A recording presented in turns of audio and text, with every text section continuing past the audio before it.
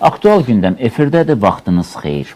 Vaxt aşırı toylar mövzusu gündəmə gəlir və gələcək də. Çünki toy Azərbaycan xalqının qədim adətlərindən biridir. Bu, hamının işlətdiyi cümlədir. Amma bu adətin ümumiyyətlə quruluşu, funksiyası və s. zaman dəyişib. Bu da yaxşı haldır və elə də olmalıdır. Çünki bütün adətlər zamanın, dövrün, eyni zamanda inancların, eyni zamanda dünya görüşün təsiri ilə formasını dəyişir. Amma bir dövr yarandı, əlbəttə, Sovet dövrü komsomol toylarından və yaxud da müəyyən məhdud çərçivədə edilən toylardan sanki bir azadlığa çıxan bizim əhali daha çox dəbdəbəli toylara üstünlük verdi və ilk illərdə bu getdikcə ölkənin iqtisadi vəziyyəti, əhalinin iqtisadi durumu yaxşılaşdıqca müəyyən bir rənglər almağa başladı və artıq hədəqəsindən çıxdı. Təxminən bir 20 ilə yaxındır ki, ziyalılarda, mətbuatda olanlarda, hər kəs də toyun ən çox da israfçılıq məqamını vurğulayırlar ki, orada edilən israfçılıq əslində heç də yaxşı hal deyil. Bu nə bizim adətimizə, nə dini dünya görüşümüzə, nə ümumiyyətlə insanlığa sığmır.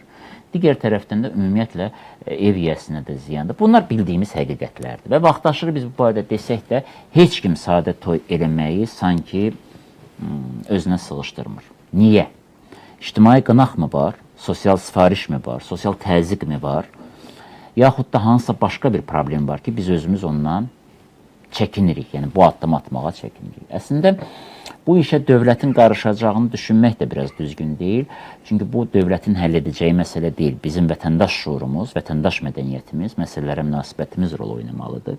Əlbəttə, yas yerləri ilə bağlı müəyyən tədbiqlər, qadağalar, məhdudiyyətlərin qoyulması əslində hamımız tərəfindən çox normal qarşılandı və təqdir olundu. Çünki orada artıq situasiya başqadır, ən azı toya hazırlaşırsan, müəyyən ölçü, biçi və s. Amma elə bir şeylər var ki, yas mərasimində yəni hazırlaşmırsan və qəfil də olur və ailə yükə, əlavə bir yükə, onsuz da bir böyük etkisi var, əlavə bir hansı yükə düşməsin deyə bu məsələnin tədbiqi çox yaxşı idi. Amma toylarda da axı yükə düşürük. Və parlamentdə deputat, eyni zamanda Milli Cəbhə Partiyasının sədri çıxışında toyların dəbdəbəli keçməsinin, ümumiyyətlə bu məsələnin tənzimlənməsinin və s. ilə bağlı çox maraqlı təkliflə çıxış elədi və təklifdən dərhal bir neçə gün sonra onun öz ailəsində olan dəbdəbəli toy gündəmə çevrildi. Əslində bu məsələnin gündəmə çevrilməsi və bunun fikirləri ilə üst-üstə qoyulması bir qədər sağlam görünmədi. Əslində yəni toyu edən o deyildi. Amma bir ictimaiyyətin də bu mənada haqlı tərəfi nədir? Əgər biz bir şeydən danışırıqsa, onu birinci özümüz əməl eləməliyik. Ya da bu mövzuda danışmamalıyıq. Ya da ki, danışırıqsa, mən də bax bunun sosial sifarişin əsasında qurulan bu tamaşanın, çünki toy dəbdəbəli keçməsinin səbəbi o gənclərin daha da xoşbəxt olması deyil ki, bu bir tamaşadır, göstəridir. Mənim var dövlətim belədir, qonaqlar gələndə öz var dövlətini göstərirlər, zinniyyət əşyaları ilə, masaların bol olması ilə, yeməklərin yarısı yeyilməsə də. Və ən dəhşətlisi odur ki, sual da budur, o toya gələnlər həqiqətən sevinə bilirlərmi? Həqiqətən də o şadlığı bölüşə bilirlərmi? Axı kəndlərimizdə, bugün özündə də o adət yaşayır, keçirilən sadə toylarda, çox sadə verilən bir ya iki növ yeməkdə insanlar daha şad, daha xürrəm, daha xoşbəxt bunu qeyd edirlər. Amma dəbdəbəli zallarda, bahalı geyimlərdə, zinniyyət əşyalarında sanki insanlar xoşbəxt olmaq üçün yox, bir-birinə rəqabətə girmək üçün gəlirlər. Niyə beləyik? Və bu yaxşıdırmı? Dəyişəkmi, yoxsa qalsın? Bax, bu suallara da cavab axtaraq.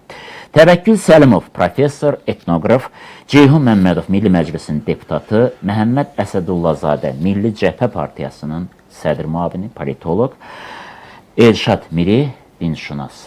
Xoş gördük hamınızı. Xoş gördük. Təşəkkür.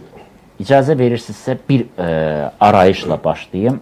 Mən əslində qeyd etdim ki, parlamentdə bu məsələ ilə bağlı çıxış olub və bu məsələ yenidən gündəmə gəldi. Eyni zamanda o elə təxminən hadisələr bir-birini təqib etdi. Ona görə də həmin partiyanı təmsil edən və bizim verilişlərdə vaxtaşırı qonaq olan Məhəmməd müəllim də dəvət eləmişik ki, həm də tərəfsiz görünməsin veriliş. Amma əlbəttə ki, bu məsələ ilə bağlı bizim üçün şəxsləndirmə hadisəni istəmirik, belə bir niyyətimiz də yoxdur. Amma söz arası bunu da qeyd edə bilərik ki, manipulyasiya etmək informasiyanın bir qədər həmişə yaxşı alınmır. Bu mənim mövqeyimdir. Amma veriliş öncəsi çox maraqlı bir sual oldu. Mən istəyirəm bu sualdan başlayayım, icazə verirsinizsə. Mən əslində ayrı cür başlayacaqdım, amma bu sual dəyişdirdi mənim bütün konsepsiyamı.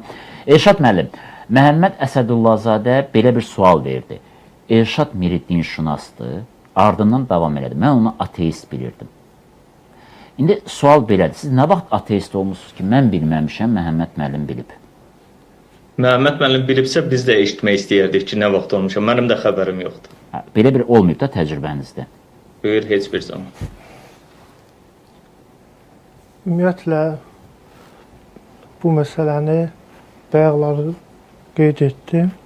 Elşad Miri danışar görərik. Açığı kifayət qədər mən Elşad Miri haqqında dini barədə məlumatım yoxdur. Amma hamısına yox deyib, belə təəssürat yaranıb ki, məndə bu İslam dininə inanmır. Belə. Bu, bilirsiniz necədir Məhəmməd bəy? Bu sadəcə olaraq insanların uydurduqları din anlayışına etiraz eləməyimdir. İndi məsələn, danışarkən deyəcəm ki, İslamda yas məclisləri də yoxdur, İslamda bu cürə ehsan vermək də yoxdur. O zaman buna da mı ateist gözü ilə baxacaqsınız? Yaxud da qeyd eləyəcəm ki, bu günlərim toylarda verilən israfçılıq da dinimizə görə haramdır. Yəni sabahların buna görə də mi mənə ateist hesab eləyəcəksiniz? Yaxud da mən bu günlərim deyirəm ki, qız uşaqlarının, az yaşlarının ərə verilməsi dinimizə görə yoxdur, haramdır. Mən deyirəm ki, namaz qılmayanın hər hansısa bir formada cəzalandırılması Quranda yoxdur. Bunu deməyin özü iddiadır, ittihamdır. Mən deyirəm ki, zina eləyənlərin daşqalaq edilməsi ilə bağlı Quranda heç bir ayə yoxdur. Bunu yox dediklərimə görə məni bu günlərim ittiham edib ateist olmaqda mı təqsirləndirəcəksiniz? Halbuki İslam dininə baxdığımız zaman iki cürə bugün təəssüflər olsun ki, bir İslam var. Biri var Allahın göndərdiyi din, Qurana əsaslanan bir İslam var.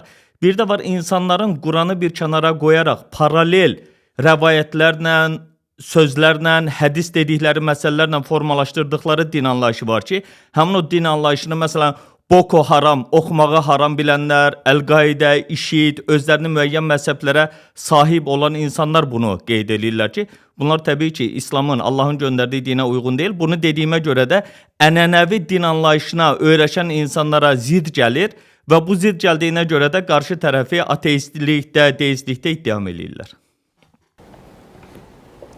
Var şərhiniz? Ümumiyyətlə, bu mövzu verilişi mövzusu deyildi. Mən sadəcə siz nəyə görə deyirəm? Yəni, politoloqsuz və eyni zamanda ölkənin aparıcı siyasi partiyaların birində funksionersiniz. Bir qədər informasiyalarımızın dəqiq olması hamımız üçün. Sadəcə olaraq bu efirdən kənar bir müzakirə idi. Bunu verilişdə deyilməsi biraz...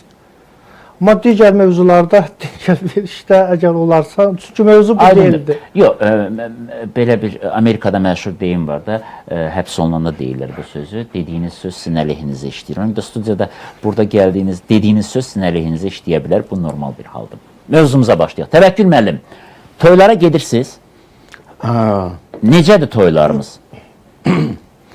Bu toyxana toylarına getmək olur. Yəni ki, kənd yerlərində elə indi də toyxana toyları aparılır. Bizlərdə toyxana deyərlər. İndi mağar deyirlər, cürbəcür adlanır. Toyxana daha yaxşı ifadə edir. Yəni toyxana, toy olan yer mənasında. Gedirəm və orada əgər klassik musiqi olursa bir qədər də çox qalır. Çünki mən həmi musiqidən təsirli bir insan kimi qiymətləndirməyi çalışıram ki, bu xanəndə necə oxudu, həmin ifası necə çaldı, həmin bunları qiymətləndirmək cəhdində oluram. Həm də ki, insan yazı pozudan sonra, indi siz də bilirsiniz ki, mən yazı pozu əhliyəm, işim budur mənim. Az qala 60 ilə yaxındır mən yazı pozu ilə məşğul olan adamam. O toya girəndə müəyyən qədər insanın düşüncələri təzələnir, insanın baxış bucağı müəyyən qədər dəyişir. Bilirsiniz, bu rəqslər ki var, toyda oynanılan rəqslər, daha çox toyxanada oynanılan rəqslər. Neyin ki, şadlıq evlərində oynanılan, dırnaqçı oynanılan idman hərəkətlərindən danışmıram. Necə idman mən toyxanada o açıqlama verərəm ona da. Hə. Toyxanada dəstə ilə oynamazlar. Dədə babadan görmüşük ki, sifarişi verər bir adam və oynayar da bir adam. Kimi istəyərsə dəvət eləyər. Qolundan tutar, əlindən tutar ki, gəl oynayaq. Üçüncü şəxs girməz rəqsə. Qaydası belədir. Və toyda da bu başdan o başa oturanlar hamısı oynamazdı. Bir söz var, dədələrimiz dedi, utanmasan toyda oynamağın, ama bizim o mental düşüncəmizlə toyda oynamağın özündə də bir abır-həya gözlənilməlidir.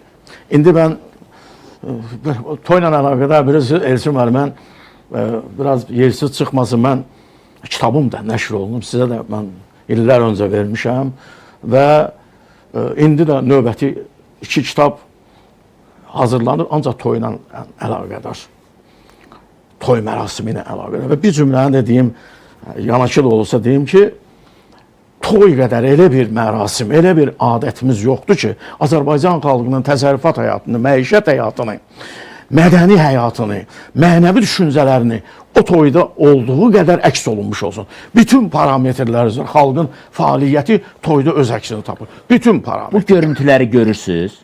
Monitora baxın. Aha.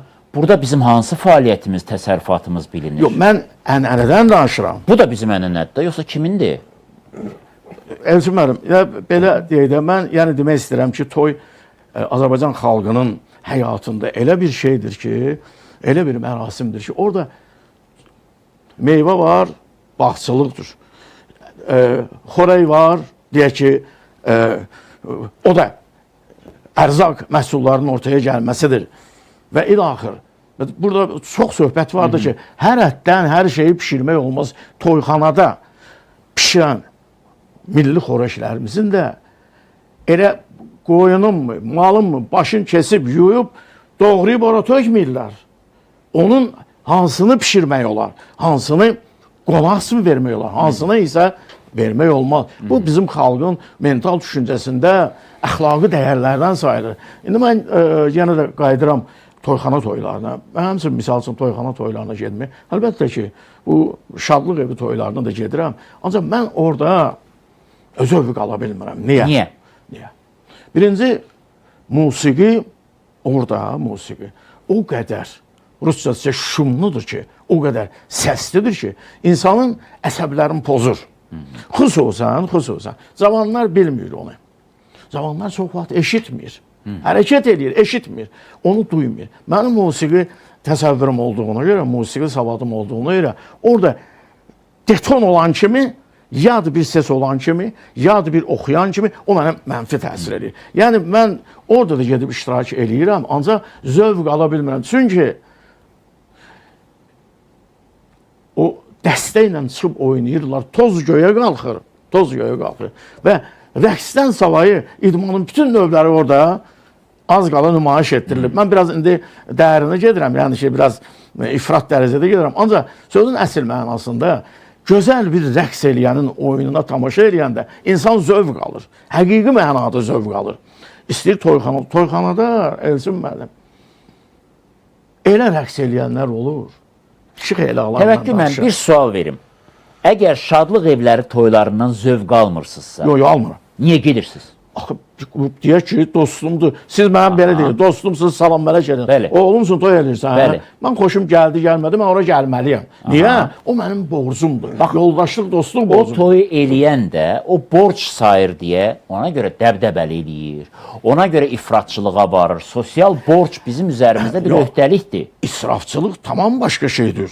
Tamam başqa bir şeydir. Niyə eləyirik yaxşı? İsrafçılıq tamam başqa. Mən bir məsələni deyim. Azərbaycanda 6 cür toy olub. Toylar 6 cür keçirilib. Aşıq toyu olub.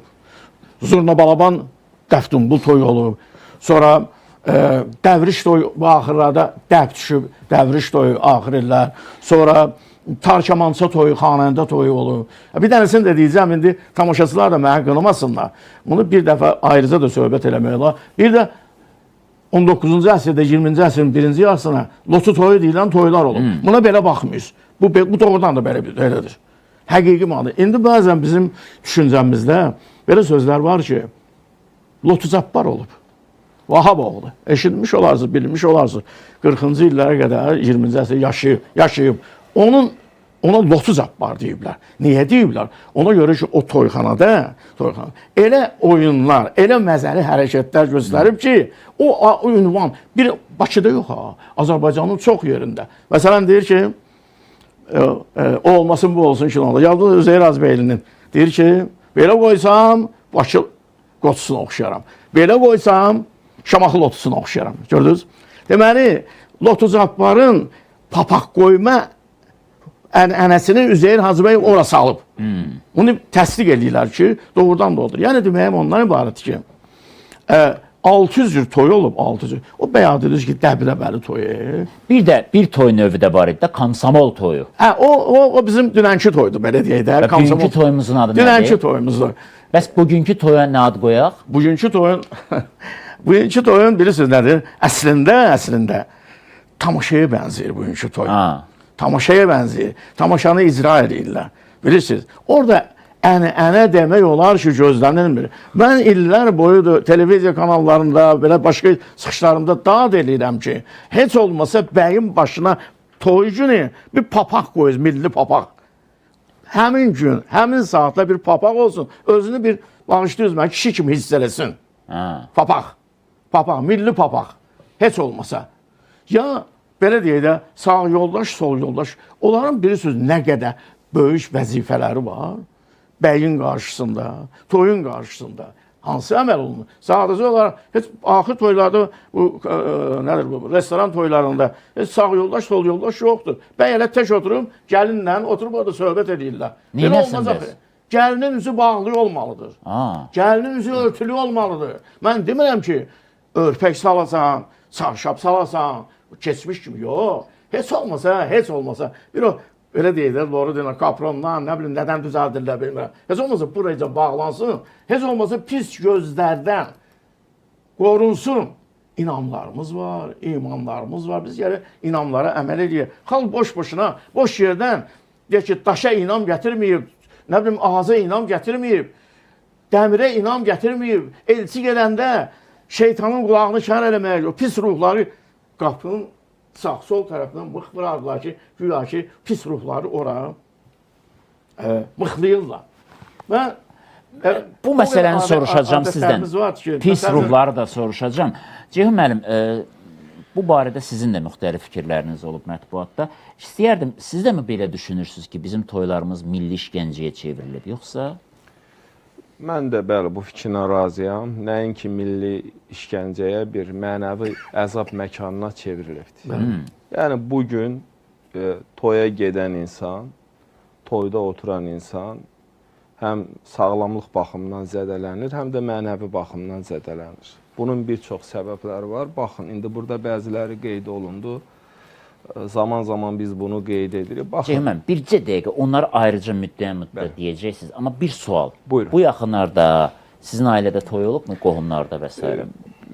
Qohumlarda yox, tanışlarda, bizim həmkarlarda olubdur və mən gedib iştirak etmişim. Orada da o işgəncəni çəkibsiz? Demək olar ki, toyların mütləq əksəriyyətində bu problem var. Yəni, hətta biz dəfələrlə olub ki, yaxın yoldaşlarla, dəfələrlə administratora, toy aparan insanlara bununla bağlı müraciət etmişik.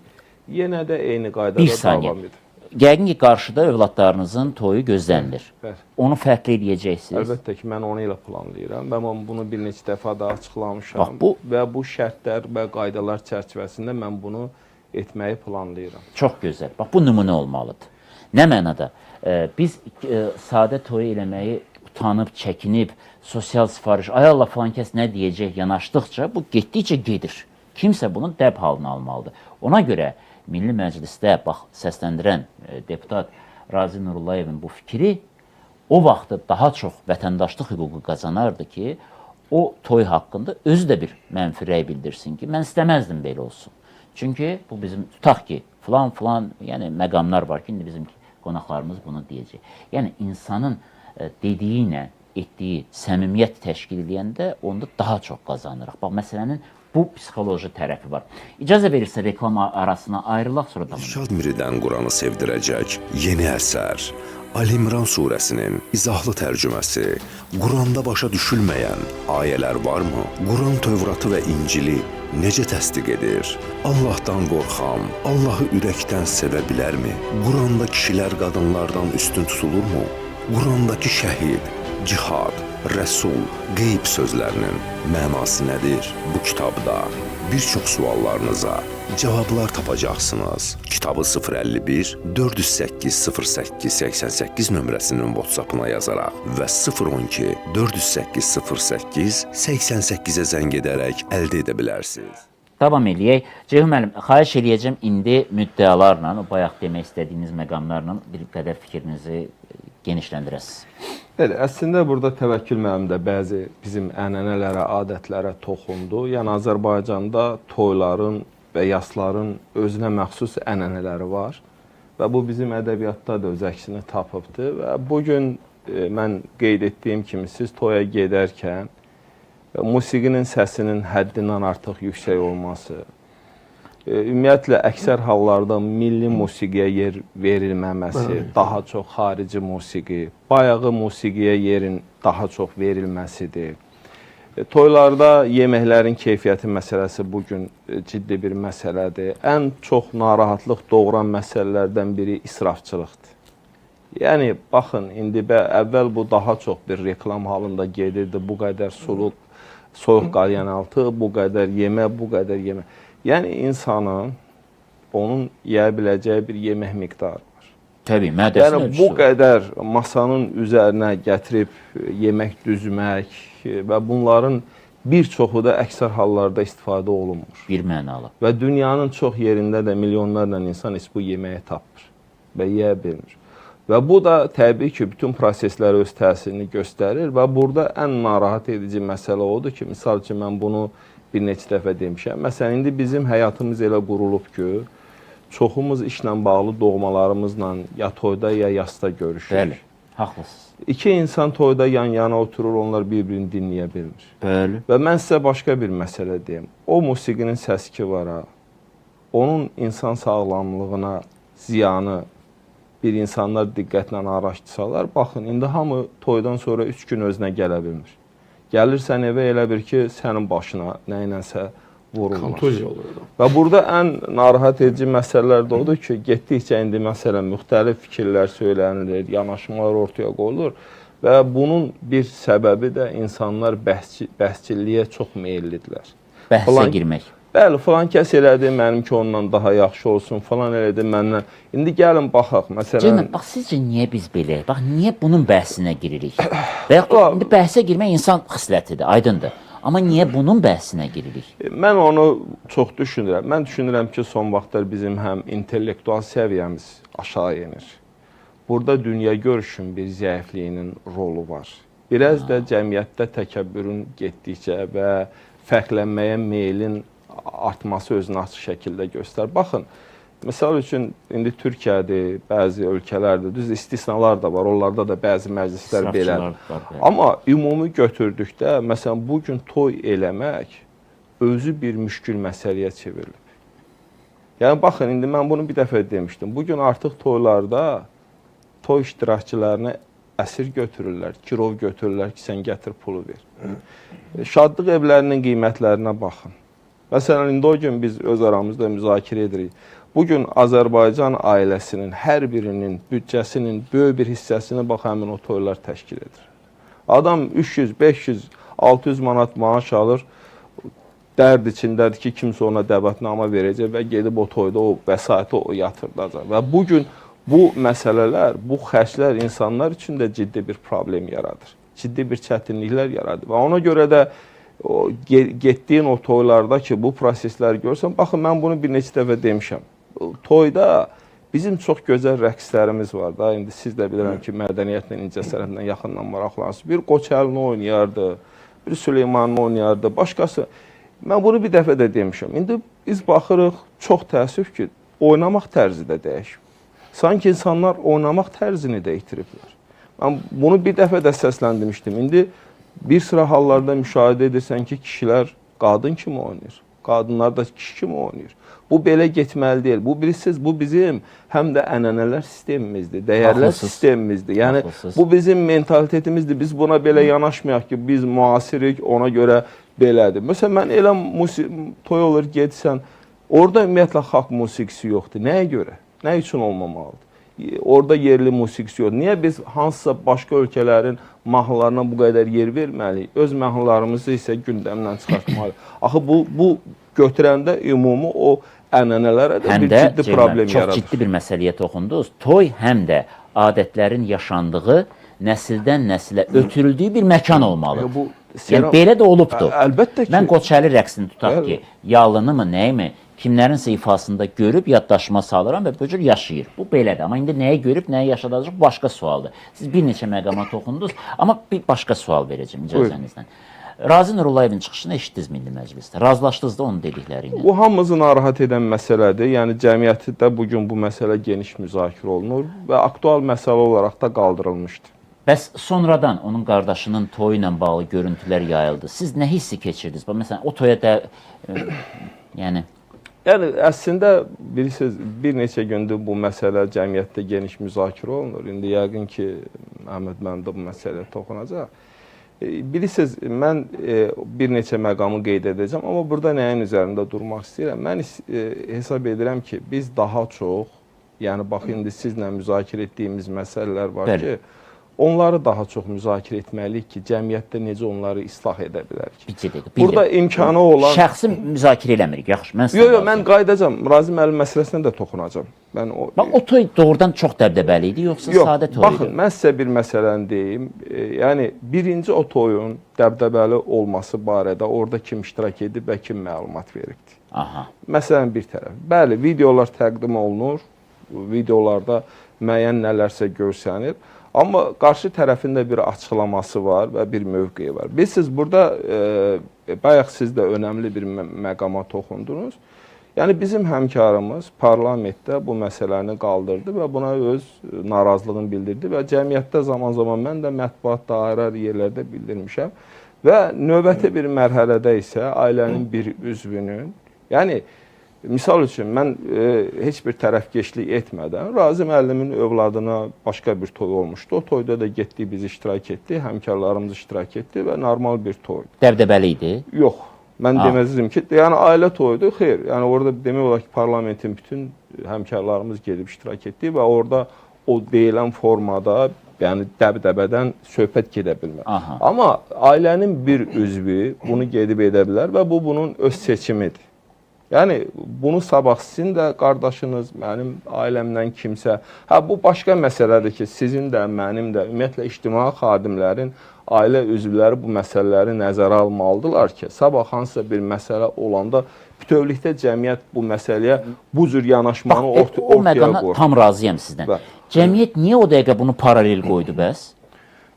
Çünki bilirsiniz, orada başqa məsələlər var, çünki biz başqa məsələlərə gedəcəyik. Bugün Azərbaycan cəmiyyətində məqsədli şəkildə bu daxildən də, kənardan da, ümumiyyətlə deputatlara, hakimiyyətə qarşı ciddi bir təbliğat və propaganda gedir. Bunu çox adam dərk etmir. Burada məqsəd bütövlükdə hakimiyyətə zərbə vurmaq, hökuməti gözdən salmaq, Azərbaycanda xalqı dövlət əleyhinə qaldırmaq. Bu qeyri-mümkündür. Amma bütün bu təbliğatı baxın siz hardan gedir, hardan. Məsələn, mən sosial medianı bunu bir neçə dəfə demişəm. Çox ciddi təhlil edirəm və şərhlərə də baxın. Siz baxın orada şərhlərdə nə gedir. Görün qızışdıranlar kimdir. Görün kimdir bunu gündəmə gətirənlər. Və mən burada ona görə də çox dəqiq ifadə elədim. Və ona görə mən burada mediada müraciət edirəm ki, siz bu cür məlumatları tirajlayanda diqqətli olmalısınız. Bizim başqa mövzumuz yoxdur. Cənab Prezident o gün yerli media müsahibə verir, o qədər gözəl, aktual məsələləri gündəmə çıxardı. Nə oldu bir gündən, 2 gündən sonra bunu kimlərsə başladı tirajlamağa və bir PR kampaniyası aparmağa? Bunu kimlər edir və hansı məqsədlə edir? Və nəyi onlar kölgədə qoymaq istəyirlər? Siz əgər bunu dövlət üçün, ölkə üçün, millət üçün, xalq üçün iş görmək istəyiriksə... Və yaxud da elə adət ənənə sevənsizsə, qoruyansızsa, birinci özünüzdən başlayın. Əlbəttə, indi mən sizə başqa bir şey deyim. İstənilən Azərbaycan ailəsi kimliyindən asılı olmaraq, hamısı çalışır ki, toyunu daha yaxşı, daha yüksək, daha Bəli. dəbdəbə ilə keçirsin. Haqlısınız. Yəni o qınayan insanların özləri belə toy keçirəndə bu məsələdən qaça bilmirlər. Çünki biz deyirik nə deyəcəklər? Sosial sifariş var çünki. Əlbəttə ki, Hətta mən deməzdim kimdənsə sosial geri sifariş, qalmıyorum. sosial tələb var. Bax bu böyük bir məsələdir. Yəni reallıq budur. İcazə verin mən Elşad Miri ilə bir neçə məsələni də müzakirə edeyim. Elşad bəy, birinci ondan başlayaq ki, Təvəkkül müəllim dedi ki, bizim adətlərimiz var və tutaq ki, divara mismar çalmaq kimi və s. toyda bəy papaqlı oturmalıdır. Siz də bayaq dediniz ki, ümumiyyətlə toyun dəbdəbəli keçməsi, israfçılığın özü belə adətlərə ziddir. Biz hələ bir çox hallarda adətimizdə nə var, nə yoxdur onu bilmirik. İkinci bir tərəfdən hər gələn yenilik də çox asanlıqla bizim adətimizə daxil olur. Yəni biz başqa şeydə yeniliyi tətbiq eləmək əvəzində, elmdə, təhsildə, texnikada biz belə şeydə eləyirik. Yəni adətin əksinə olur da cəmiyyətlər, məsələn Yaponiya, Britaniya kifayət qədər mühafizəkar cəmiyyətdir. Onlar adətlərini qoruyur, amma elm və texnikada elə bir açıqdılar ki, bütün məsələlərə. Hətta dildə, ingilis dilində ildə neçə yüz min söz daxil, neçə yüz söz daxil olur. Bunlar bu məsələdə açıqlar. Bilirlər ki, progresiv olmalıdır, amma adətlərini və s. qoruyurlar. Bizdə elə bir əksinədir. Bizim adətlərimiz niyə qorunmur və siz toy eləyibsizmi, toyunuz necə keçib, papaqlı olmuşsunuzmu toyda? Toy eləyəndə 21 yaşım var idi. Mən bir söz fikrini sonra yadımdan çıxar deyənəm. Və ya hörmətli deputatımız, böyük hörmətim var ona, sizin də çox şəxsiyyətli bir insandır. Rəqslərdən söhbət elədi. Və siz də başlanmışda dediniz ki, dövlət haqqı ona müdaxilə edə bilməz. Söhbət rəqsindən getmir. Toy mərasimindən gedir, ya yas mərasimindən. Əgər təkcə bayaq adını çəkdiyiniz Razi müəllimlə əlaqədar söhbət, mənə o işə qarışmıram, mənlik deyil o. Söhbət bundan gedir ki, Bakı şəhərində ondan da o qiymət ki, ora qoyulmuşdu, nə bilim milyon sol, mən heç baxmamışam da. Bakı şəhərində, gəl həqiqəti deyək də, ondan da 10 qat artıq xərci çıxan toylar var. Hökumət bunların qabağını almağa səy göstərməlidir. Niyə görə? Niyə görə ki, toylar və hansı mexanizmlər? Vəzifə sahibi olsun, belə hörmətli bir insan, kommersant olsun. Onun elədiyi otel nümunəyə çevrilir. Onu biz ora gətirib çıxartmamalıyıq ki, onun o elədiyi mənfi hərəkət. Toy da elə də. Bir dənə söz deyirəm, inci məsələsi kəs. Bu toy adam balası kimi elə də. Adam balası necə eləyir toyu? Adam balası el adəti ilə, el ənənəsi ilə, sonra gözləməklə, yoxsa ki, belə deyək ki, bahalı. Mən Bakıdan danışıram və başqa yerdən danışmıram. Bakının kəndlərindən danışıram. Elə yüksək səviyyəli xərc aparan toylar edirlər ki, adam məhtəl qalır. Belə deyirdim, nə olub, ay görməmiş. Nə olub, axı? Adamın pulu olanda ya, belə bir dənə söz var, Bakıda deyirlər, sebil eləyə, dağdar belə pulu olmaz. Ona görə də mən bu fikirdəyəm ki, yenə deyirəm, uzun illərin bu işlərlə məşğul olan, 55 ildir məşğul olan bir adam kimi demək istəyirəm ki, mütləq Təvəkkül o pulu ki dağılır, dağıdır, gör nə qədər adam ondan pul qazanır. Elçin bəy, Vağzalı yaxşıdır, Mendelson yaxşıdır. Musiqi baxımından. Vağzalı yaxşı, musiqi. Toya Vağzalı ilə başlayır. Müqayisə oluna bilməz axı. axı. Yoxsa Mendelsonla. Dədəm baban sana Mendelson oynayıb. O nədir? Onu qadağan eləmək lazım. Dədə baba da qalstuk taxmir Təvəkküllə. Ora gedib çıxmırıq. Və niyə ora gedirik? Mendelsona gedib çıxırıq. Kostyumu da dəyişdirək, suya geyək, papaq qoyaq. Və düpəyaq dediniz, papaq Mendelson qoyaq. yaxşıdır. Mən demirəm yaxşıdır. Mən Pis də deyirəm ki, demirəm. ona təsir eləmək olar ki, belə mənfi halları Necə yığışdırmaq təsir lazımdır. eləsin? Bu mexanizm yoxdur, adam toy özünündür. mexanizm- Bir ikincisi bir ki, bahalı kəlmə toyun məsələ. keçirilməsi çox xeyirdir hamıya. Gör nə qədər adam oradan pul qazanır. Yəni bunun bu tərəfi də var. Elşad müəllim, buyurun. Bitirdiyimiz daha çoxdur.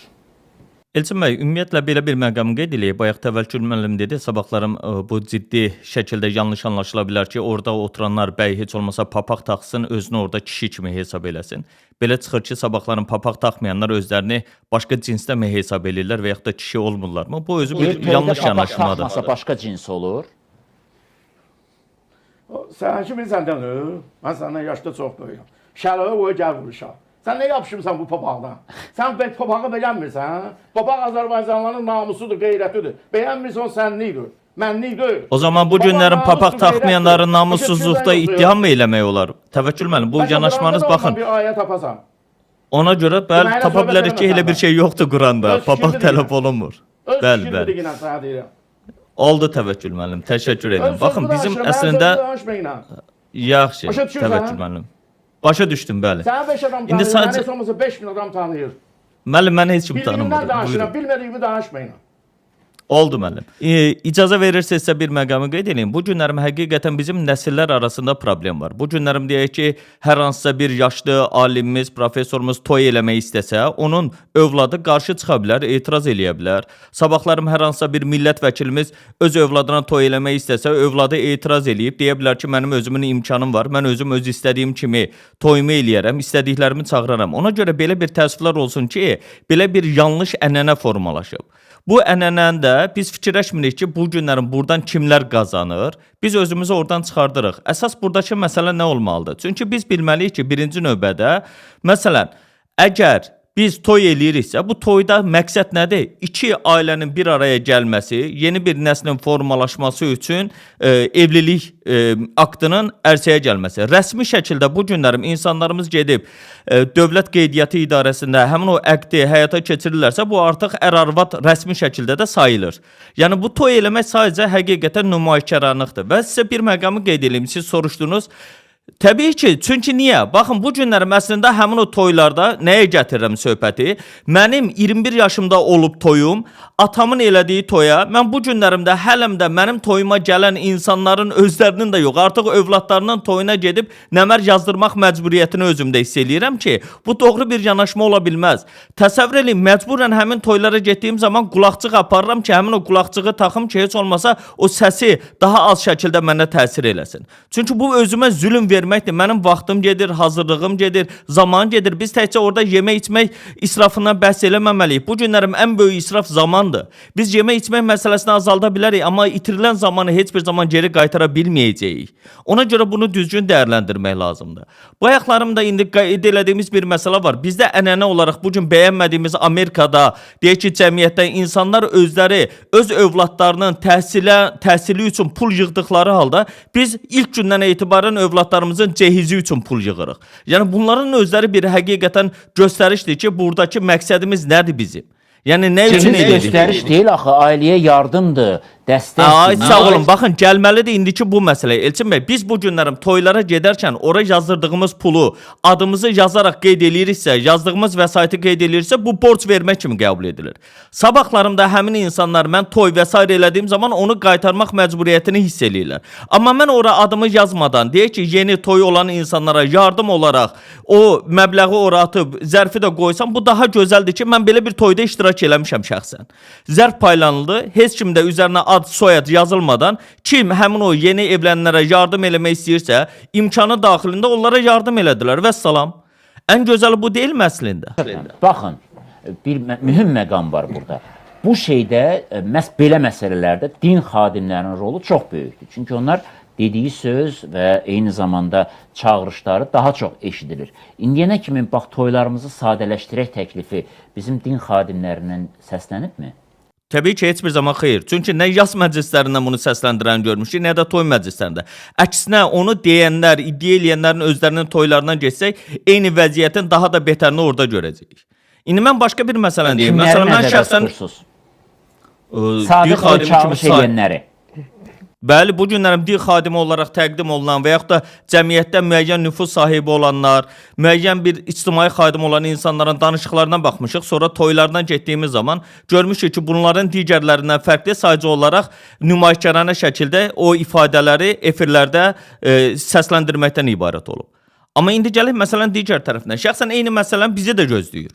Yəni bu məsələdə biz necə düşünməliyik? Sabahlarım əgər həmin o toyu mən eləyəcəmsə, mən bununla bağlı evdə də məsləhətləşmələrimiz olub ki, əgər bizə də qismət olarsa, nəsib olarsa, o zaman biz öz yaxın, doğma bildiyimiz 50-60 nəfəri dəvət eləyib, heç birindən heç bir nəsə gözləmədən, pul yığılmadan, sadəcə istirahət eləyə biləcəkləri bir ailə şənliyimizin olmasa daha gözəldir. Baxın, mən sizə bizim özümüzün bir təşkil elədiyimiz toyumuz oldu.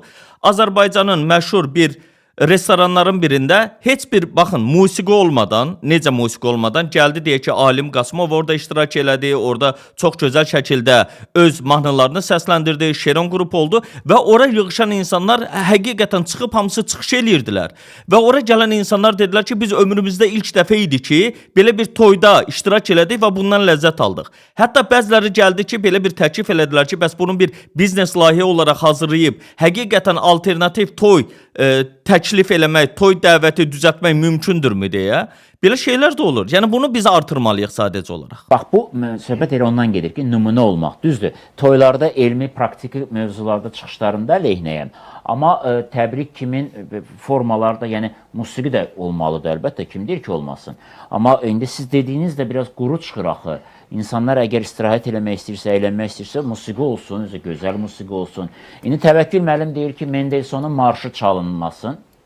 O sarayın quruluşu özü artıq Mendelssohnun marşını istəyir. Ora vağzalı getmir, alınmır. Çünki saraylarımız da Avropalaşır. Elçin müəllim, mən icazə və mən etiraz edeyim.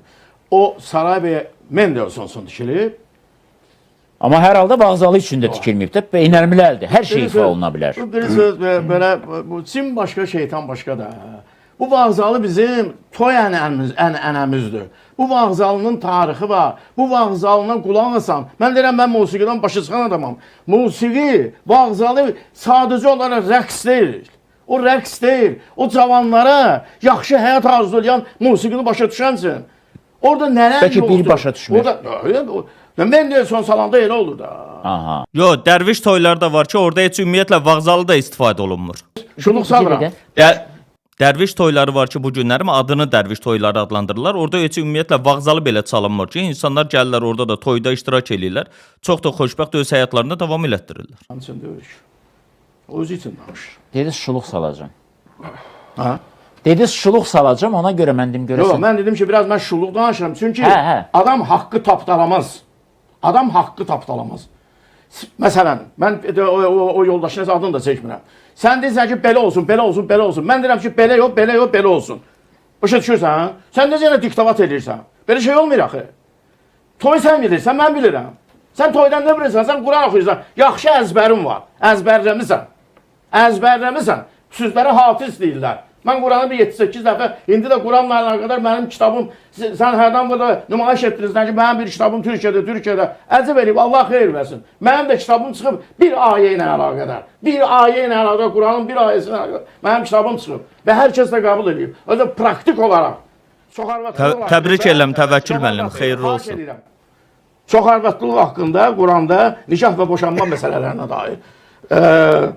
4-cü surədə, 3-cü ayədə o 3 dəfə evlənmək söhbəti. Mollalar əllərində əsas gətirir ki, adam 4 dəfə evlənə bilər. Yalansın. Yalansın evlənə bilər. Olmaz. Sən o ayənin dalına oxucunam. 120 gör orada nə yazılıb. Deyir ki, yaxşısı budur. Təvəkkül müəllim, keçən dəfə Ceyhun müəllim də Ruhi xanımla verdiyi müsahibədə bu məsələyə bir dənə kitabı oxudu, o bilir. Hələ də gör. Bizə nə qədər şərhşünaslarımız var. Xırdalayır, Simiska kimi. Elə deyil. Maşallah. Elşad müəllim, doğrudan indi o məsələ biləkdə toyu neçə dəfə eləmək olar? Yəni ötən gün onunla bağlı mən indi qeyd elədim. Ceyhun müəllimin elə bir çıxışı oldu. Ruhi xanıma bir müsahibə vermişdi. Orada düzdür. Dedi ki, qeyd eləmişdi ki, Peyğəmbərimiz bir anda 9 xanımla evli olmayıb. Ancaq o tarixi mənbələrə ziddi. Peyğəmbərin özü 9 xanımla evli olub bir anda. Peyğəmbəri götürəndə, tədqiq edəndə görür ki, 12 xanım olub. Amma bu bir ənənə olub. Yəni Allahın belə bir əmri yoxdur ki, gedin 2-ci, 3-cü, 4-cü ilə alın. Oradakı evlənin sözünü evləndirin kimi tərcümə elədiyimiz zaman orada görəcək ki, mövzu yetim uşaqların evləndirilməsindən gedir. Həmin hansısa kişinin qadının evlənməsindən deyil. Ona görə o ayədə biri ilə evlənməyi bizə daha məqsədə uyğun hesab edilir. Yəni bu günlərim cəmiyyətdə bilirsiniz necədir? Sabahlarım Peyğəmbərlə bağlı və yaxud da İslamla bağlı çox evlilik anlayışı olur ki, bu günlərim eyni zamanda mövcud Tövratı götürdüyümüz zaman Süleyman Peyğəmbərin 300-dən çox xanımının olduğu iddia edilir. Amma bu Yahudilikdə belə bir anlayış var deyə heç kim ortaya çıxa bilmir. Təbii, bu biraz başqa mövzudur. Amma indi mən Məhəmməd müəllimə sual verəcəm təbii ki, papaq məsələsində ümumiyyətlə biraz biz stereotipləri də çox belə üzərinə yükləyirik. Azərbaycanda papaq obrazdır, papaq həm də bir atributdur. Amma gəlin razılaşaq ki, misal üçün qardaş özbəklərdə bu yaşayıbdır. və bu gün də Ona mən yaşayır. toxunaram, əgər Hə, icazə yəni biraz geniş. çox şəkildə mühafizəkarlıq elədi Təvəkkül müəllim və mən məsələdə heç cür razılaşa bilmirəm. O ölçü vahidi deyil. Əlbəttə, papağın müxtəlif formaları və funksiyaları da olub, bizim də bununla bağlı adətlərimiz var. Amma bugün niyə taxılmadı və bu başqa bir mənanı ifadə edir kimi yanaşmaq düzgün deyil. Mən düşünürəm ki, bunun Mən özü məcbur eləmirəm. Yox, aydındır. Amma yanaşmanı biraz o cür eləməyək Təvəkkül müəllim. Yəni bu tövsiyə kimi eləyək, hə, yaşamağımız üçün və s. Bu gün də Bakıda çox yaxşı papaqçılar var və gözəl papaqlar da tikirlər və gedib onlardan sifariş edib başa taxmaq olar. Amma elə adam var ki, ümumiyyətlə başına papaq qoya bilmir. Yəni o mənadakı problemi olur və yaxud da forması uyğun gəlmir. Bu artıq başqa məsələdir. Biz biraz detallara varıb onu çox şişirdib adət kimi göstərməyək. Məhəmməd müəllim, gərək məsələnin bax bu tərəfinə Yaşad müəllim bir mühüm məqama toxundu ki, insan öz əməli ilə nümunə olmalıdır və sonra bunu dilə gətirməlidir. Sizcə, bax bu təqdimat mətbuatda ən çox da Razi Nurullayevlə bağlı, onun əleyhinə deyildimi ki, sən bunu dedin, amma özün o cür toy elədin, halbuki öz eləməyib. Razi müəllim parlamentdə səmimidir və o məhz milli mentalitetdən çıxış edərək bu məsələləri qaldırdı və öz övladının da toyu təbii ki, sadə şəkildə keçirilib. Qardaş-qardaşa məsuliyyət daşımır və o toyu edən Razi müəllimin qardaşıdır. Amma həmin Razi müəllimin qardaşı olub Rusiyada anadan olub, Rusiyada anadan olub. Onun qardaşı 40 ilə yaxındır ki, Rusiyada biznes fəaliyyəti ilə məşğuldur. Olsun da. O Azərbaycanda toy eləmir. Razi müəllim o toyda olub? Olub. Bu artıq maraqlıdır. Olub, qardaş-qardaşı dəvət edir. Aydındır. Amma konkret olaraq... O bilirdi ki, gedəcək toya ayın filanında. O barədə məlumatım yoxdur. Hər halda bilərdi. Bir həftə sonra Dubaya getmək... Toy çox sadə olub. 50 nəfər. 50 nəfərdən orada yemək içməkdə o qədər olmayıb, 2 müğənni olub. Amma bu günləri Azərbaycanda keçirilən toylar, konkret bilirsiniz ki, 10 nəfər müğənni iştirak edir, israfçılıq, yemək, içmək. Mən heç kim pulunu saymıram. Mən başqa şey demək Sovet vaxtında 3 gün, 3 gecə toylar olurdu. Yox, Sovet vaxtı olmurdu. Olurdu kənddə. Mənim dayımın toyu 3 gün, 3 gecə Sovetdən qabaq Azərbaycan xalqının 3 gün, 3 gecə toy etmək adəti olub. Amma israfçılıq olmayıb. O 3 gün, 3 gecəsi yeməklər süfrələrə tökülməyib. Amma 3 gün, 3 gecə, amma bu günlərə Bakıdakı toylar, Azərbaycanın regionlarında toylar tamamilə israfçılıqdır. Kifayət qədər pullar xərclənir orada. Hətta palatka toyları da yığışdırılıb, rayonlarda artıq şadlıq sarayları da tikilib, toyları da orada edirlər böyük israfçılıqla. Amma bu adam Rusiya vətəndaşıdır, oğlu Rusiyada anadan olub, oğlunun üstəyidə 50 nəfərlə öz yaxın adamları, Rusiyadan iş adamları yəni orada toy edib sadə şəkildə. Mən də istərdim ki, həmin sadə şəkildə 50-60 nəfərdən ibarət həmin toylardan da Bakıda keçirilsin. Orada nə israf? Cəmi 2 müğənni orada iştirak edib. Amma baxın, mən burada toylara gedirəm də 2-3 saat ərzində 10 nəfər müğənni gəlir. Hamısında qiyməti bilirik 4-5 min manatdır yarım saatı. Amma orada 1 müğənni, 2 müğənni olub, 1 aparıcı olub. Yemək içmək də həyətdə olub. Yemək içmək də orada çox cüzi olub, çox sadə toy. Gəlin o məşhur filmdəki deyir, Yəni, deyir Dövlət bəyin ölüsü də gözəldir. Amma Dubayın həyat bacası da bahalıdır axı. Dubaydır. Bu adam Rusiya vətəndaşıdır, Rusiya vətəndaşıdır, oğlu Rusiyada anadan olub. Bunun Azərbaycanla heç bir əlaqəsi yoxdur. Bu adam partiyanla yaxından uzaqdan əlaqəsi yoxdur. Sadəcə olaraq Razi müəllim deputatdır, partiya sədridir. Müəyyən qruplar var ki, bu məsələni gündəmə gətirirlər və dövlətçiliyə qarşı, Razi müəllimin apardığı siyasi xəttə qarşı bu kimi kirli informasiya aparırlar. Yəni, qardaş-qardaşa görə məsuliyyət daşımır. Amma həmin onun qardaşı burada yaşasaydı qardaşı, belə bir buradakı kimi dəbdəbəli toy eləsəydi, amma sadəcə olaraq eləməyib belə bir şey. Dubayda Rusiya vətəndaşı çox sadə 3 nəfər dəvət eləməyib, 500 nəfər dəvət eləməyib. Mən bir şey başa düşmürəm, Məhəmməd müəllim. Mən sizə demirəm ki, kiməsə bu dəqiqə biz təmizləyək və yaxud da nəyisə təmizə çıxaraq. Amma 2 dəqiqədən bir Rusiya vətəndaşı deməklə siz daha da məsələni qəlizləşdirirsiniz. Bizə maraqlı deyil o hara vətəndaşıdır. Azərbaycanlıdır. Azərbaycanlı dünyanın hamısı... Amma israfçılıqdan söhbət gedirsə... Rusiya vətəndaşı israfçılıq eləsin, Azərbaycan vətəndaşı yox. Rusiya bilirsiniz, israfçılıqdan söhbət gedirsə bu məsələlər. Mən demirəm Razi israfçılıq müəllim var. onu Mən hələ onu Azərbaycanda deyib, Azərbaycan milli mentalitetdə ölkə daxilində bu məsələlərdir. Amma o toy gedib Dubayda olub, yəni Azərbaycanla heç bir də əlaqəsi yoxdur. Mən demirəm əlaqə. Bax, bilirsiniz, əsas bax bu problem burdadır. Bayaq Ceyhun müəllim dedi ki, istifadə olunur bu məsələ. Təbii ki, istifadə olunur. Niyə istifadə bəli. olunur? Biz bəzən siyasi texnologiyalarla düz işləmirik. Məsələnin yanaşması da düzgün deyil. Siz deyirsiniz, Azərbaycanda olmuyor ki, xaricdə oluyor. Bu özü məsələni daha da dərinə salır. Niyə? Deyim niyə? Ümumiyyətlə, ən yaxşı olardı ki, mən belə düşünürəm ki, bu məsələyə aydınlıq gətirmək üçün özü burada olardı. Amma çox təəssüf ki, o da bir ayrı seçkilik saldı kanallarda. Ayrı seçkilik salmıyor, bu Fərqi bir yoxdur. işi var. Amma hər halda dediyi söz çox yaxşı sözdür. Cəmiyyət tərəfindən də qəbul olunur. Ceyhun müəllim də dedi ki, faydalı sözdür.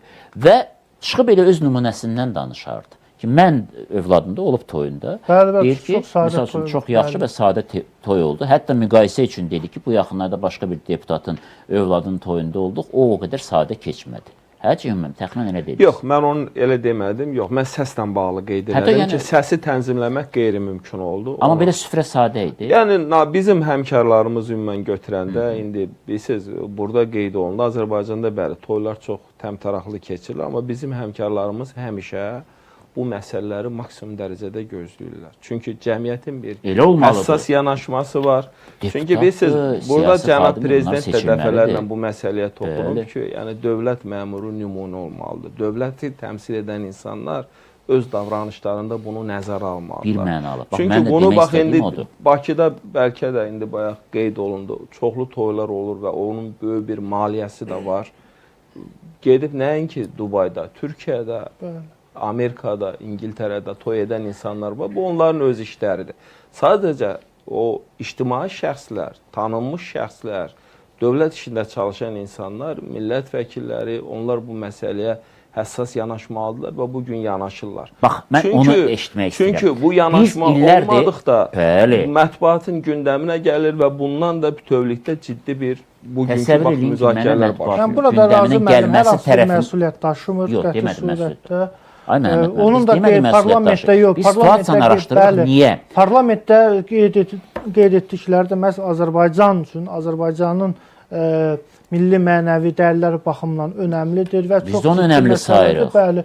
Sözü Mən indi qardaşıdır. tutaq ki, burada biraz Prosesdə burada olur. Təbəkkül müəllimə Bəli. fikrinə müxaliflik elədim ki, niyə həqiqətən də musiqi baxımından mən bunu müqayisə edə bilmərəm. Mendelson yaxşıdır, yoxsa Yox, Bağzalı. o Amma məsələ- toyda Azərbaycan toyucu əlbəttə Bağzalı səslənə bilər. Yox, Mendelson orada da öz bir yeri var. məsələyə Amma ki, bir mən biz məqam var, Ceyhun toxunaq. müəllim. Bəli, o Siz məsələ- dediniz, mən istəmirəm bu prizmadan yanaşaq. Siz dediniz ki, mətbuat belə yazacaq. Mətbuat yazacaq deyə eləməyək. Yox, mən onu Bunu dəbə salaq. yox, mən onu demirəm. Yox, yox. Mən nəyi deyirəm? Aha. Mən deyirəm ki, yəni mətbuat yazacaq deyə biz etmək məsələsi deyil. Biz bunu etməməliyik. Sadəcə bu baş verəndə və mətbuatın da işi reallığı işıqlandırmaqdır Bəli, bəli. və bu ictimailəşəcək və problem yaranacaq. Yəni ona görə deyirəm, sadə mən toyu bir- dəbə salmaq üçün neyniyək? Elşad, sizi eşitmək istəyirəm. Başqa hansı yol var, hansı metod var ki, bax bu məsələni də məhdudlaşdıraq. Yas yerləri məhdudlaşdırıldı. Toyları məhdudlaşdırmaq mümkün olacaqmı? Yoxsa heç buna ehtiyac yoxdur, bəlkə belə olsun. Çünki yenə deyirəm, burada nə qədər adam öz evinə pul aparır. Çünki bizdə bilirsiniz ki, 20 ildən çox idi ki, bu mövzularla bağlı, adət-ənənələrlə bağlı, yas məsələlərlə bağlı deyilirdi, maarifləndirmə aparılırdı, üzərinə pandemiya məsələsi oldu, orada belə bu məsələlər yığışdırıldı, amma pandemiya bitəndən sonra təkrar gördük ki, eyni məsələyə qayıdıldı. Amma bu inzibati qaydata həyata keçirildiyi zaman müəyyən bu günlərim rayonlarda, rayonların ağsaqqalları, icra hakimiyyətləri bu məsələlərə qarışandan sonra artıq görürük ki, yas məclislərində bu məsələ müəyyən qədər aradan qaldırılır və mən də eyni şeyi tövsiyə edirəm ki, bu günlərin Bakıda da, Təzəpir məscidinin ehsan yerində də bunlar aradan qaldırılsın ki, nümunə olsun. İndi gələk toy məsələsinə. Toy məsələsində də bilirsiniz ki, bu günlərim həmin o yerlərdə toy məclislərinin keçirildiyi məkanlar müəyyən imkanlı adamların əlindədir. Sabahlarım onlar müxtəlif reklamlar vasitəsilə oraları insanlara reklam eləyirlər, gənclərdə onlara bir his yaradırlar, onları orada keçirilməsini tələb edirlər, müğənniləri gətirmək istəyirlər. Ona görə birinci növbədə biz bu günlərim həmin o toylara nümunə ola biləcək insanların elədiklərini göstərmək və yeri gələrsə həqiqətən inzibati qaydada müəyyən yemək məsələlərdə deyək ki, burada 100 çeşid olursa 100 yox 20 çeşidə salsınlar. 5 çeşidə salsınlar və salam. Niye de olmasın? Bakın mən sizə bir Niye şey olsun? deyim. Mən Bu Türkiye məhdudiyyət düzgün deyil axı. Mənim imkanım Başqa varsa, cür olmur. Başqa 30 cür cür olmur yemək deyəcəm mən. verirəmsə, bunu niyə məhdudlaşdırırsınız? Mənim imkanım olmağı o demək deyil ki, mən intellektualam, o demək deyil ki, mən bu günlərin bir ənənə formalaşdırıram. Ayaz, Deyim sizə, şadlıq baxın. evi intellektin yoxlanma yeri deyil. Gəlir insanlar yemək Təbii istəyir. ki. Mənim imkanım var 30 cür yemək. Amma yemək, mən məsələn toylara gedəndə əvvəlcədən yemək yeyib gedirəm. Çünki gedib orada toydakı verilən yeməkləri yemək istəmirəm. Çünki bilirəm ki, ondan təbii ki, mədəmə və s. zərər verəcəm. Və yaxud da qidaların necə olduğunu bilmirəm. Mən məsələn bir dənə çox imkanlı adamın ailəsinin toyuna getdik. Gözəl bir yerdə keçirirdi, amma bu toyda bizə menyu verdilər. Menyuda nə idi? Birinci növbədə nə sup gələcək, ikinci növbədə nə gələcək, üçüncü və orada bir yazı yazılmışdı ki, bura vermək istədiyiniz hədiyyələrin heç biri qəbul edilmir, toy yiyəsi bununla bağlı müəyyən bir fonda özü yardım eləyəcək. Və salam, toy da belə gözəl keçmişdi. Siz belə, Yəni ora nə necə? siz orada nəyi seçdiniz menyuda? Standart menyu idi. Orada gələnlərin hamısını seçdim. Siz hansını Əsasən seçdiniz? balıq yeməkləri. Necə? Sonra o toydan çıxanlar o menyu haqqında, o toy haqqında nə dedilər? Demədilər, ac Əlbəttə hamısı qalmışdı. xeyir alqışladılar ki, kaş toylarımız belə olaydı. Hamısı alqışladı. Mən ətrafımda olan insanlardan bunu gördüm. Bax, bu məqam var. Mən bayaqdan bunu ona görə gətirirəm ki, hamı bu cür düşünsə düzələrik. Amma ətrafda qohum, qardaş, nə bilim və s. adamlar deyəcəklər ki, getdik toyda Çünki biz kimə görəsə yaşamağı seçirik. Baxın bu bəhs, bayaqlarım Ceyhun bəy qeyd elədi. Bəhs məsələsindən qurtulanmasaq, başqalarına görə yaşasaq, bundan qurtulamayacaq. Bu ənənə bizi daha da betər hala gətirib çıxaracaq. Ona Məncə görə insanlar betər plan kredit deyil. götürəcəklər. Kiminsə imkanı varsa, dəbdəbəli toy edirsə, nəyi pisdir? Bax, bu suala cavab Baxın axtaracaq. deyim nəyi Reklamdan pisdir. Baxın sonra, Allah Elşad Quran-ı müəllim, Kərim reklamdan yaxşı. sonra.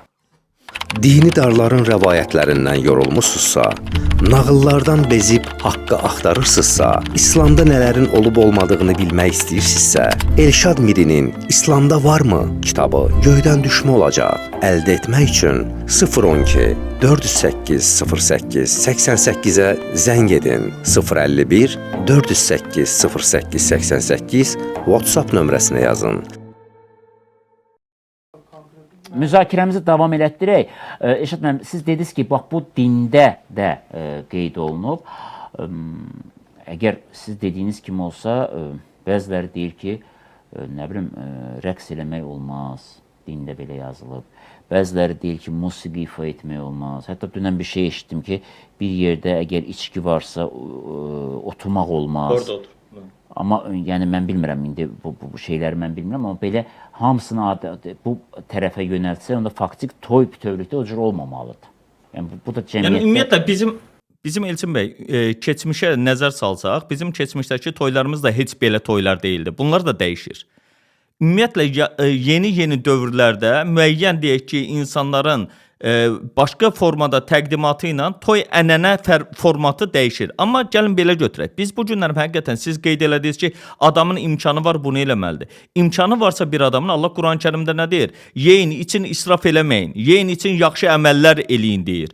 Yəni bu günlərim yeyib içməyi biz hər birimiz hər bir yerdə yeyib içirik. Gündəlik çünki bu qidalanma rasionumuz olmasa onsuz da yaşamağımız mümkün deyil.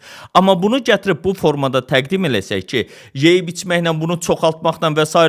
güya bu adamlar xoşbəxt olacaqlar. Bu anlayışdan qurtulmalıyıq ki, onların xoşbəxtliyi üçün biz əksinə oradakı insanlara elan eləyə bilərik ki, baxın bu günlərin burada gələn insanlar və yaxud da mən toy elədim buradakı insanlarla bağlı müəyyən qədər insanın, tələbələrin, oxuya bilməyənlərin deyək ki, tələbə pulunu ödədim. Və yaxud da deyək ki, bu qədər uşaqlar evdən yardım elədim. Eləməyəcək də onu.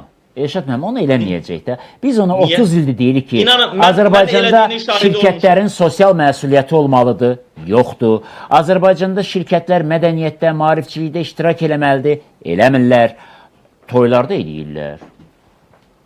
Və o toylardan da nə qədər müğənni, afisant, restoran işçisi, taksi sürücüsü, bərbər, nə bilim, geyim və s. insan evinə pul aparır. Heç olmasa bu şəkildə cəmiyyətə yararlı olsunlar, yoxsa yox. Başqa bir sənaye formasında formalaşa bilər də. Formalaşıb da. İndi baxın, Yox, adı buyur. çəkilən və yaxud da adını çəkmədiyimiz, amma haqqında danışdığımız toyda bütün xeyir getdi Dubaya. Oranın taksisi qazandı, nə bilim, və yaxud da o həyətin sahibi qazandı və s. Amma Bakıda olsaydı, biraz da dəbdəbəli olsaydı, Azərbaycan vətəndaşları üçün bir əlavə gəlir idi. Nə pisdir? Əgər biz bunu bu günlərin bu şəkildə təqdim eləyiriksə, o zaman sabahlarım həmin o dəbdəbənin qarşısını ala bilməyəcəyik. Niyə almaq pisdir istəyirik? deyərək. Niyə Eşat müəllim, istəməyək axı? Niyə Baxın, bir almaq şey deyim də. istəyirik? Baxın, bir şey deyim. Bu günləri mən hətta belə bir sosial bir iş görmək istəyirdim. Sadəcə vaxtımın məhdudiyyətindən indi görə bilmirəm. Bu günlərim hər birimiz məsələn müəyyən bir dövrlərdə restoranlara gedirik. Həmin o restoranlarda həmin gün bişirilənlərə sabahlarım heç kim yemir. Orada qalan artıqları nə etmək olar? Bunları yığmaq olardı. Həmin o bir yer düzəltmək olar. Gəlib insanlar, müəyyən imkanı olmayanlar bunu götürə bilərdi. İndi gətirəm ora Elçin bəy. İndi işarələrlə onda sözüm kəsilir. Baxın. Sabahların bir insanda toylarda olan həmin o qədər qida, o qədər nə bilim məhsul və s. inanırsınız nə qədər çöpə gedir. Təkcə bu günlərim Türkiyədə, hələm toyları demirəm, Türkiyədə adi çörəklər 5 milyon ədəd çörək israf olunur, çöpə gedir, zibilə gedir, atılır. Yəni bunları biz nəzərə almırıq. Bunun statistikası yoxdur. Üzr istəyirəm, statistikası yoxdur, amma qidaların təkrar emalı Azərbaycanda da aparılır və ondan müxtəlif yemlər və s. hazırlanır. Bu məsələ var. Amma məni başqa şey düşündürür. Siz deyirsiniz israfçılıq. Amma görün bir restorana, bax o kənd təsərrüfatı məhsullarını, ərzaqları və s. çatdıran nə qədər adam pul qazanır. Biz niyə onu məhdudlaşdıraq? Sizin dediyiniz bilirsiniz nəyə oxşuyur? Mən sizə bir şey qeyd edeyim, icazənizlə. Burada sözümü kəsməyin. Deməli, mətbəələr, çap maşınları çıxandan 280 il sonra ilk dəfə İslam dünyasında icazə verildi. Niyə icazə verilmirdi bilirsiniz niyə? Deyirdilər ki, bunun dərinin istehsalı var, dəri gətirilir. Bunun həmin o çernel dediyimiz anlayışı var, bunun qələmi var, bunu həmin o yazan insanlar var, bunun yazdıqlarından görə evlərindən pul aparırlar. Ona görə də 280 il buna icazə vermədilər. Dedilər ki, nəyi pisdir? Amma bir kitabı insanlar əldə eləyə bilmirdi, əl yazmaları. Həmin o kitabları almaqdan ötəri külli miqdarda vəsaitlər verilirdi. Biz bu şəkildə yanaşsaq ki, nəyi pisdir deməklə deyil. Bu günlərim həqiqətən israf olunur, olunmur. Görürük, görmürük. O demək deyil ki, sadə keçirilən toylar qadağan olunsun deyirəm. Mən Sadələrdən heç nə getmir qadağan söhbət. olmasın. Cəmiyyət hər şeyi özü tənzimləyəcək. Yoxsa yox. Yaz yerlərini tənzimlədilərmi? Xeyr. Bu günlərim inzibati qaydada onlar artıq tənzimlənir. Məsələn, birinci Naxçıvanda başladı. Naxçıvanda başlayandan sonra Bakının və yaxud da Azərbaycanın digər rayonlarında bu həyata keçirildimi? Xeyr. İndi amma nə oldu? İndi bəzi millət vəkillərimizin dəstəyi ilə, oradakı icra hakimiyyətlərinin dəstəyi ilə bu inzibati qaydada tənzimləməyə çalışılır. Niyə? Çünki görülür ki, həqiqətən çox böyük şəkildə burada da israf var. Əgər burada da desək ki, nəyi pisdir? Halva bişirirlər, yemək bişirirlər, nə bilim, burada da bu yanaşmağımız doğru olmaz axı. Məncə olar. Niyə də yox? Elçin müəllim, bu yasdan, israfçılıqdan söhbət getdi. Bu yaxınlarda bilirsiniz ki, Razi müəllim mənim köməkçim üçün bacısı olub, rəhmətə getdi cavan yaşında. Məsələn, rayonda, kətdə ona yas mərasimi veriləndə Razi müəllim qəti surətdə qadağan elədi. Nəyi? İsrafçılıq yeməyi verilməsini. Nə verildi bəs? Sadəcə olaraq halva, çay gələnlərə deyilən oldu. O vəsaitə kəndin müəyyən problemləri həll olundu.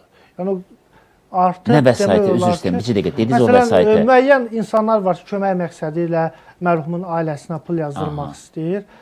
Məsələn, o vəsaitlə məsələn kətdə müəyyən problemlər həll məsələn yolun çəkilməsi, körpünün quraşdırılmasına həsr olundu. Demək, o ailəyə bir yolun çəkiləcəyi və körpü salınacağı qədər maddi yardım olunur. Ümumiyyətlə də israfçılığa qəti surətdə qadağan elədi. Yox, bir dəqiqə, o yaxşıdır. Amma siz dediniz ki, ailəyə Məsələn, göstərilir. Razi müəllim məsələn özü və yaxud bu məsələdə ehsanatı bu istiqamətdə yönləndirdi. Yəni o yasa xərclənəcək pulu.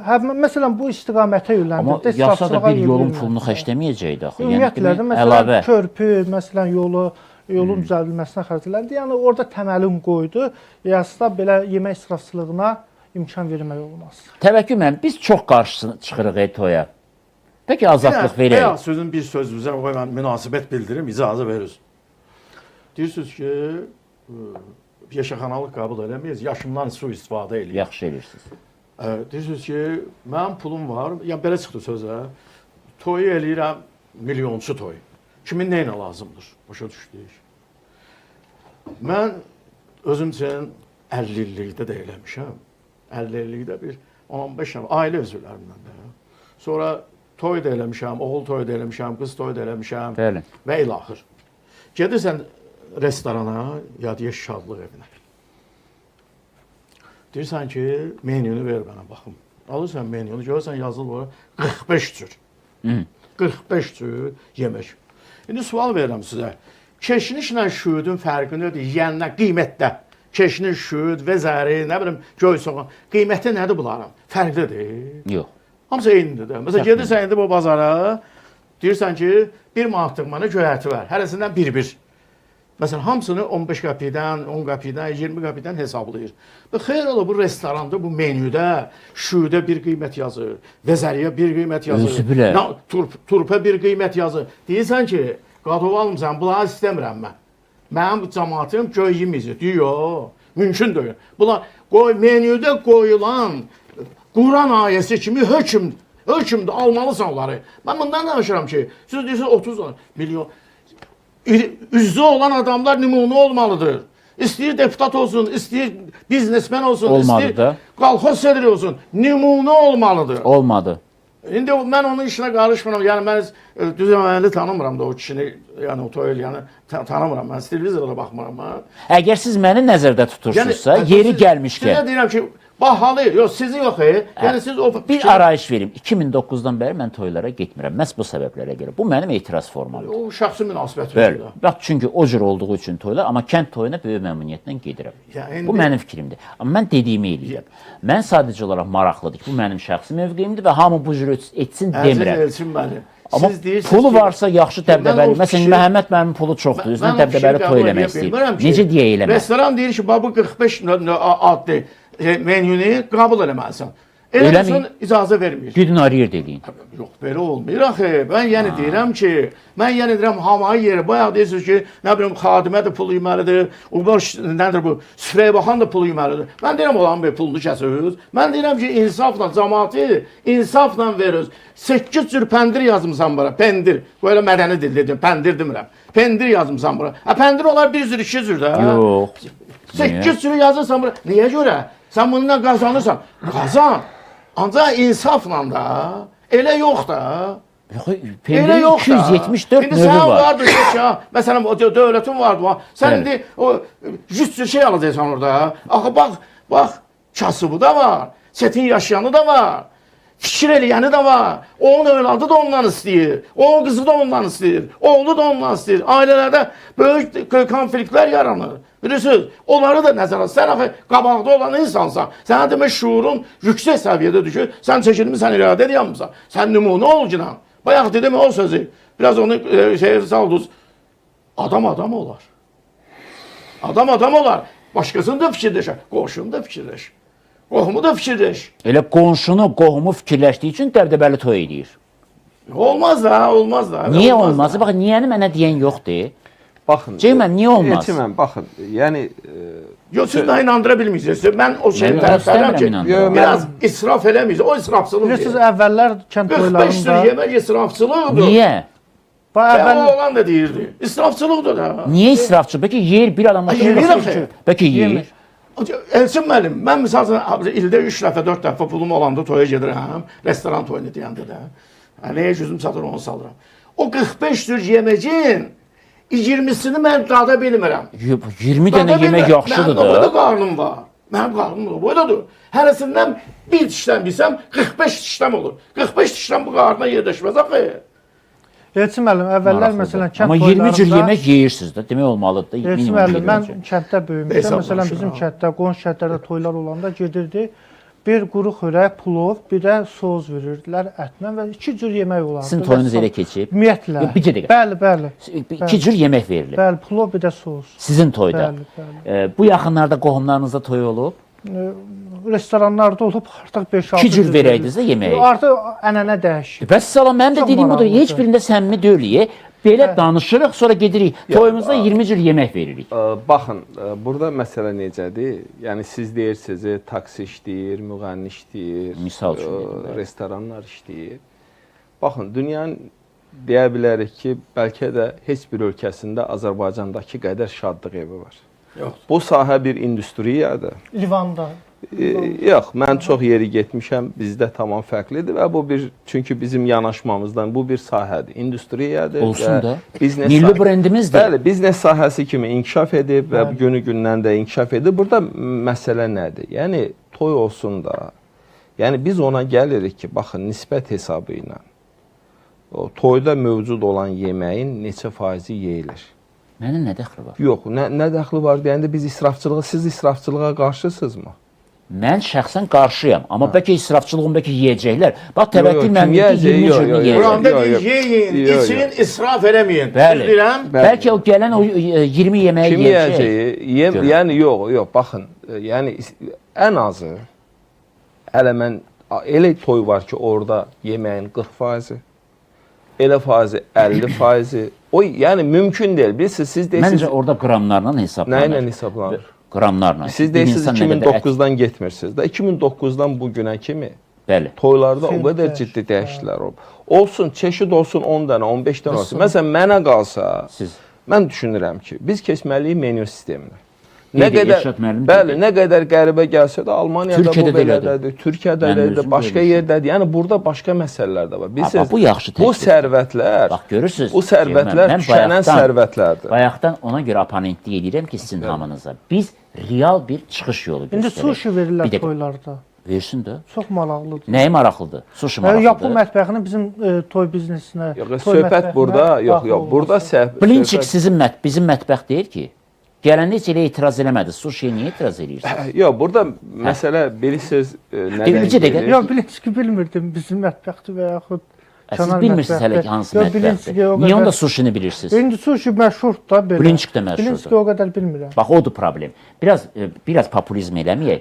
Mən bayaqdan ona görə hamınıza oponentlik edirdim ki, mən çıxış yolunu ala bilim. Və Ceyhun müəllimin dediyi çıxış yolu, Elşad mənim bayaq dedi, menyu məsələsi. Bu çox önəmlidir. Bunun tətbiqi, çox yaxşı olar. Bu həm bizim xərclərimizi əvvəlcədən hesablaya bilər, həm gələn insana seçim azadlığı verə bilər. Yenə deyirəm, adam var ki, pəhrizdədir. Və o bir bəlli menyu, çünki insan, pəhrizdə olan insan qarşıda çoxlu yemək gələndə avtomatik pəhrizi pozulur və bunun orqanizmi Elə Türkiyədən toyların nümunəsini götürək də, Türkiyədə toylarda elə yeməklər verilmir. Ancaq su, xırdada şirniyyat verilir və s. Bilirəm, mən də onu demək istəyirəm ki, Onu bax, tətbiq eləyəndə niyə eləmirsiniz bəs? Burada Çox baxın, yəni məsələnin tənzimləmə ilə Sizdə üzr istəyirəm, İki Dubaydakı məsələ o toyun menyusu var Yox. və siz nə bilirsiniz orada nə İndi verilir? orada qeyd edildi ki, Yox, orada qeyd da edildi. yox, görüntülər də var idi ki, orada Nə gördünüz yemək orada yox idi. Su var idi və salam müəyyən Bəlkə su şirniyyatlar, hissəsini bir də çək, meyvə. müəyyən şeylər nə? Bir də meyvə. Aha. Yəni bu özü də maraqlıdır. Bax, mən nəyə görə deyirəm? Bəli. Nümunə göstərmək olar ki, Dubayda toy belə keçdi, Türkiyədə belə keçdi. Burada sosial medianın da böyük təsiri var. Bəli. Və icazə verirsə Elşad müəllimə sonuncu sualımı verəcəm, çünki sağollaşmalıyıq. Elşad müəllim, sosial medianın özü bu gün toy dəbini həyatımızın normasına çevirir. Biz toyumuzu belə təmtəraqlı eləməliyik, elə gür-hagür eləməliyik. Biraz da təmtərağın həddi yoxdur. Yaxşı, deyirik israfçılıq. Mən süfrəyə qoydum 4 cür, 5 cür yemək və yaxud da 2 cür yemək. Amma dress code yazdım ki, bura gələnlər minimum filan qiymətli zinət əşyaları taxmalıdır. Absurd görünür də. Təbii ki. İndi mən də deyirəm ki, yeməyi məhdudlaşdırmaq absurd görünür. biz yeməyi Birincisi, məhdudlaşdırmaya, israfçılığı məhdudlaşdırırıq, Elçin bəy. Sayını. Bəli. İsrafçılıqdan söhbət gedir. Normadan artıq olmağından söhbət. Norma nədir bilirik? Norma bir insanın gəlin- yeyə biləcəyi norma var. Neçə cür yemək yeyə bilər? Yəni, Təvəkkül mən dedik 20 cür. Yox, 20 cür yemək. Ondan kimi yeyə qabaq, bilər. ondan Bir insan qabaq, min bir ildə bundan restoranda da qabaq, 3-4 cür dünəndə. yemək yeyə Bir bilir. kasa bozbaşını yeyirdi, qarnını da doyurdu, özü keyf-şök gedirdi evinə. İndi nə olur 45 ilə doymuyor? Axı yeyə bilmir. Amma üzr istəyirəm ki, ötən il Şamaxıda bir partiya şöbəmizin, Qobustan şöbəmizin sədrinin oğluna toy elədi. Orada plov verdi, bir də küftə dolması və salam 2 cür Küftə dolması. Küftə bozbaşda belə bir yemək verdi. Siz deyəsən milli yeməklərlə İki bağlı. yemək. Sizin Yemək o adlarda. qədər adəsi deyiləm, o qədər yemək yemirəm. 2 yemək verdi. Yəni 2 il bundan Amma əvvəl görürsünüz təvəkkül mən deyir ki, 20 cür yemək yedim, amma ondan o yana gedə bilmədim. Axı elə Getmir. Mən başqa bir təklif də verim. neçəyə çatdırdınız? Uzağa başı 3-4 sürə. 2 dənə 3 dənə xalod yeyirsən. Sonra isti xora bir dənə and istəyəcəm, hamımız tanışır. İmam Hüseyn haqqı atamın andıdır. Mən kababa gəlib sata bilmirəm. Doymuşam da özədir. Mən bir dənə də söz var, anqut doyuram axı. Qarnı yeyirsən. Tadi get. Cavan uşaq yeyir, içir orada arağı, yeməyini bilmir, içməyini bilmir. Bilirsiniz? Aydındır. Yeni də yeyir. Elşad müəllim, mən sizə təşəkkür edirəm Bəli. və düşünürəm ki, biz bu mövzunu da davam elətdirəcəyik. Bu gün qonaqlarımız Ceyhun müəllim istisna olmaqla qonaqlarımızın hər ikisində bir xüsusi aqressiya oldu sizə qarşı. Mən düşünürəm ki, bu sizin fikirlərinizə qarşıdır, amma şəxsiyyətinizlə bağlı deyil və bunu bu cür qəbul etməyin. Sülh şəraitində ayrılaq, növbət dəfə mütləq görüşərik. İnşallah. Təşəkkürlər.